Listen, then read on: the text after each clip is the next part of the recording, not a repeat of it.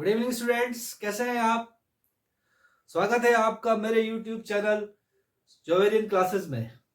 आज हम जोवेरियन क्लासेस में एक ज्योमेट्री का बहुत ही important topic lines and angles को कवर करेंगे, जो कि क्लास 7th और क्लास 9th दोनों में है, और बल्कि जब तक आप ज्योमेट्री या मैथमेटिक्स पढ़ते रहते हैं आपके काम में आता रहता है। तो ज़रूरी है कि हम इसकी कॉन्सेप्ट को समझ जाएं। तो 9th और 7th में दोनों ही क्लासेस में ये पैरेलल क्लासेस चलेंगे, इसलिए ज़रूरी है कि हम इसकी बेसिक चीज़ों को समझ लें, बेसिक कॉन्सेप्ट को समझ लें। तो आज का जो वीडियो है वो है concept classes of lines and angles. ठीक है, वीडियो में आगे जाने से पहले मैं आपसे कहूँगा कि अगर आपने अभी तक मेरे चैनल को सब्सक्राइब नहीं किया है तो मेरे चैनल को सब्सक्राइब कर दीजिए, शेयर करिए और साथ ही साथ बेल आइकन के बटन को ज़रूर दबा दीजिए ताकि आपको आने वाले वीडियोस की नोटिफिकेशन मिलती रहे।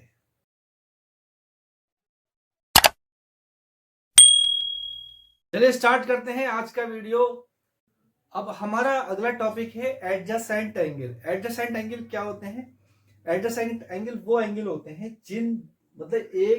जिनका एक कॉमन वर्टेक्स हो। तो इन दोनों को दो एंगल बन रहे हैं आपके बी ए डी और एक बन रहा है आपका डी ए सी। तो आप देख रहे हो कि इन दोनों एंगल्स का एक कॉमन वर्टेक्स है।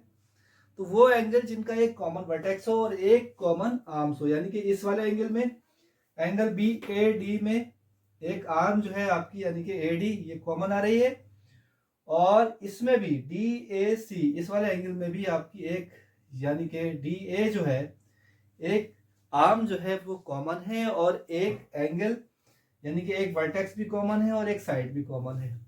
ठीक है, तो दे हैव कॉमन वर्टेक्स, ऐसे दो एंगल जिनका एक कॉमन वर्टेक्स हो, ठीक, और दे हैव कॉमन आर्म्स और उनकी एक आर्म्स जो है वो कॉमन हो, और द नॉन कॉमन आर्म्स जो आर्म्स कॉमन नहीं है यानी कि अलग अलग हैं वो कैसी हो?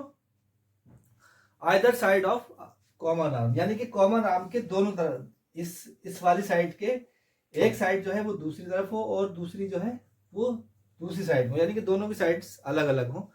तो जो नॉन कॉमन आर्म्स हैं वो कॉमन आर्म्स के इधर उधर हो, ठीक, दोनों तरफ हो। समझ में आ गई बात? एडजेसेंट एंगल समझ में आ गया कि ऐसा एंगल जिसकी एक वर्टेक्स कॉमन हो, एक आर्म्स कॉमन हो, और जो नॉन कॉमन आर्म्स हैं वो कॉमन आर्म्स के एक साइड और दूसरी साइड हो। ऐसा नहीं है दोनों एक ही साइड में आ जाए, ठीक, कॉमन आर्म्स के यानी कि कॉमन आर्म्स जो है वो बीच में रहे, इसके और इसके। ठीक है, चलिए इसी तरीके से अब हम नेक्स्ट देखते हैं इसका थिंक डिस्कस एंड राइट का पोर्शन भी देख लेते हैं। Can two supplementary angle be adjacent? क्या दो सप्लीमेंट्री एंगल एडजेसेंट हो सकते हैं? बिल्कुल हो सकते हैं। मान लीजिए ये आपका एक लाइन है सीधी, अब ये आपकी एक आर्म्स आ गई, मान लीजिए यही आर्म्स को हमने एक्सपेंड कर दिया, ये आपका कॉमन वर्टेक्स आ गया, ये आपका बी आ गया और ये आपका सी आ गया।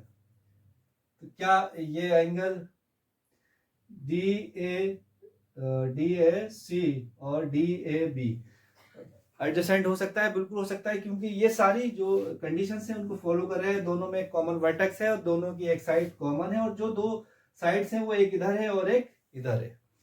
तो ये बिल्कुल एडजेसेंट है, यानी कि दो सप्लीमेंट्री एंगल जो है वो एडजेसेंट हो सकते हैं। दो कॉम्प्लीमेंट्री तो आपको पहले ही बता दिया गया है कि दो कॉम्प्लीमेंट्री एंगल भी एडजेसेंट हो सकते हैं। अच्छा, क्या ऑब्ट्यूज एंगल भी दो एडजेसेंट हो सकते हैं? बिल्कुल हो सकते हैं, ऑब्ट्यूज एंगल भी एडजेसेंट हो सकते हैं। मान लीजिए कोई एंगल है, ऐसा है, यह है, ये भी ऑब्ट्यूज है और ये भी ऑब्ट्यूज है, तो इनका एक कॉमन वर्टेक्स भी आ रहा है। मान लीजिए ये बी है आपका और ये आपका ए है और ये आपका सी है और ये डी है। तो बी ए सी और सी ए डी ये दोनों ही एडजेसेंट हो गए। तो इस तरीके से ऑब्ट्यूज एंगल भी एडजेसेंट हो सकते हैं, और कैन एन एक्यूट एंगल भी एडजेसेंट? एक्यूट एंगल भी एडजेसेंट हो सकता है, जैसा आपको देखा गया दोनों ही एक्यूट है, ये भी एक्यूट है और ये भी एक्यूट है ऊपर वाला, तो दोनों एक्यूट भी एडजेसेंट हो सकते हैं। अब हम देख लेते हैं लीनियर पेयर। लीनियर पेयर क्या होता है? अभी हम थोड़ी देर पहले एडजेसेंट एंगल को डिस्कस कर रहे थे और उसमें हमने एक पॉइंट डिस्कस किया था, क्या कोई ऐसा एडजेसेंट एंगल हो सकता है जो कि एक मतलब दो एडजेसेंट एंगल का सम जो है वो 180 डिग्री हो सकता है क्या? कोई एडजेसेंट एंगल, दो एडजेसेंट एंगल जो है वो सप्लीमेंट्री हो सकते हैं। तो ये जो लीनियर पेयर है ये उसी का ही एक वर्जन है। देखना पड़ेगा। देखिए कि आपका ये एक आप देख रहे हैं कि बी ए डी और डी ए सी ये दोनों ही कैसे हैं? आपके एडजेसेंट एंगल हैं। इनका एक कॉमन वर्टेक्स है, एक कॉमन आर्म्स है।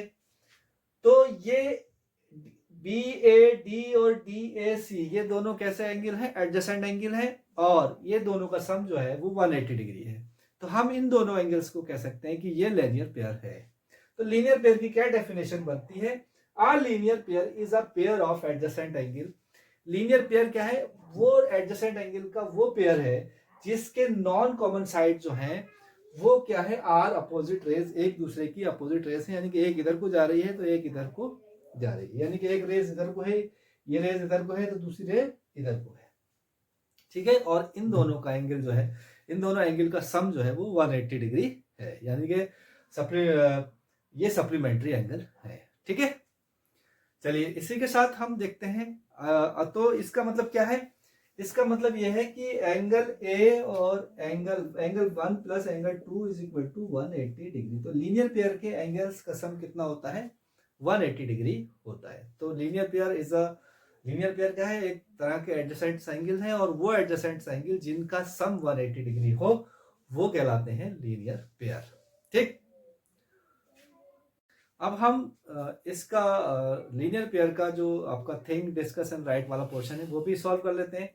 कह रहे हैं can two acute angle form a linear pair. क्या दो एक्यूट एंगल लीनियर पेयर का फॉर्म बना सकते हैं? तो बिल्कुल नहीं बना सकते, क्योंकि एक्यूट एंगल आप जानते हैं 90 डिग्री से कम का होता है। तो अगर दोनों ही 90 डिग्री से कम होंगे एंगल, मान लीजिए कोई एंगल आपने ऐसे ले लिया 89 और 89, तो ये तो आपका हो रहा है 188। ठीक है, वो 178। ठीक है। तो इस तरीके से ये तो आपका 180 होना चाहिए। यानी कि दो एक्यूट एंगल कभी भी लीनियर पेयर नहीं बना सकते।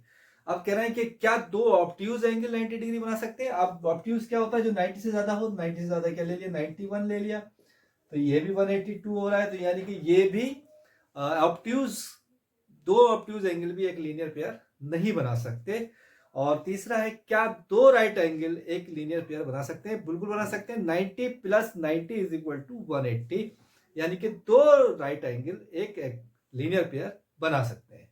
आज की कॉन्सेप्ट क्लास का आखिरी टॉपिक है हमारा vertically opposite angle. Vertically opposite angle क्या होते हैं? अगर कोई दो रेज है, मान लीजिए एल और एम है, ये एल लाइन है और ये एम लाइन है, अगर ये एक दूसरे को कट कर रही है, इंटरसेक्ट कर रही है, तो इनके जो वर्टिकली अपोजिट एंगल होंगे, यानी कि जो इसके आमने सामने के एंगल होंगे, वो कैसे होंगे? वो इक्वल होंगे। ठीक। ओके। या ये हो या फिर ये हो, वर्टिकली अपोजिट एंगल कैसे रहते हैं? हमेशा इक्वल रहते हैं। वर्टिकली अपोजिट का मतलब जो बिल्कुल आमने सामने हो, यानी कि फेस टू फेस। ठीक। तो line intersect, when two line intersect the vertically opposite angle formed are equal. जो वर्टिकली अपोजिट एंगल बनेंगे वो सारे के सारे कैसे होंगे? इक्वल होंगे। ठीक है। इसी के साथ ये आज का कॉन्सेप्ट क्लास खत्म हुआ। इसको 9th क्लास के बच्चे भी देख सकते हैं, स्टूडेंट भी देख सकते हैं, 7th क्लास के स्टूडेंट भी देख सकते हैं। और अगर किसी को भी लाइन और एंगल से रिलेटेड अपने कॉन्सेप्ट को क्लियर करना है तो इस वीडियो को देख सकते हैं। अगर आपको मेरा वीडियो पसंद आया है तो मेरे वीडियो को लाइक करें, शेयर करें और साथ ही साथ मेरे चैनल को सब्सक्राइब कर दें। ठीक है। और अगर आप